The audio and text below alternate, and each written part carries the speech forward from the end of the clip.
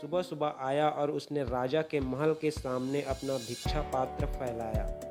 राजा ने अपने नौकरों से कहा, कुछ दे दो इसे। उस भिखारी ने कहा, एक शर्त पर लेता हूँ। यह भिक्षा पात्र उसी शर्त पर कोई चीज स्वीकार करता है जब यह वचन दिया जाए कि आप मेरे भिक्षा पात्र को पूरी भर देंगे, तभी मैं कुछ लेता हूँ। राजा ने कहा, यह कौन सा मुश्किल काम है, छोटा सा भिक्षा पात्र है, पूरा भर देंगे, और अन्न से नहीं स्वर्ण असरफियों से भर देंगे। भिक्षुक ने कहा, एक बार और सोच लो, पीछे पछताना ना पड़े, क्योंकि इस भिक्षा पात्र को लेकर मैं और अन्य द्वारों पर भी गया हूँ और ना मालूम कितने लोगों ने यह वचन दिया था कि वे इसे पूरा भर देंगे, लेकिन वे इसे पूरा नहीं भर पाए और बाद में उन्हें क्षमा मांगनी पड़ी। राजा हंसने लगा और उसने कहा कि छोटा सा भिक्षा पात्र।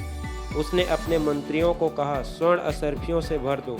राजा स्वर्ण असरफियां डालता चला गया। भिक्षा पात्र कुछ ऐसा था कि भरता ही नहीं था। सारा गांव द्वार पर इकट्ठा हो गया और देखने लगा। किसी को समझ में कुछ भी नहीं जान पड़ता था कि क्या हो गया है। राजा का खजाना भी भिक्षुक के पात्र को भरने में चूक गया। शाम हो गई, सूरज ढलने लगा, लेकिन भिक्षा का पात्र खाली था। तब तो राजा भी घबराया, गिर पड़ा पैरों पर उस भिक्षु के और बोला, क्या है इस पात्र का रहस्य, क्या जादू है, ये भरता क्यों नहीं? उस भिक्षुक ने कहा, कोई जादू नहीं है, कोई रहस्य नहीं है, बड़ी सीधी सी बात है। एक मरघट से निकल रहा था, वहाँ पर एक आदमी की खोपड़ी मिल गई, उससे ही मैंने भिक्षा पात्र बना लिया। आदमी की खोपड़ी कभी भी किसी चीज़ से नहीं भरती है। हम भी ठीक इस भिक्षु के पात्र की तरह ही है। चाहे हम कितना ही क्यों ना पालें, हम भी कभी नहीं भरते हैं, संतुष्ट नहीं होते हैं, क्योंकि हम मन के सहारे जीते हैं। हमारी मांगे कभी नहीं भरती।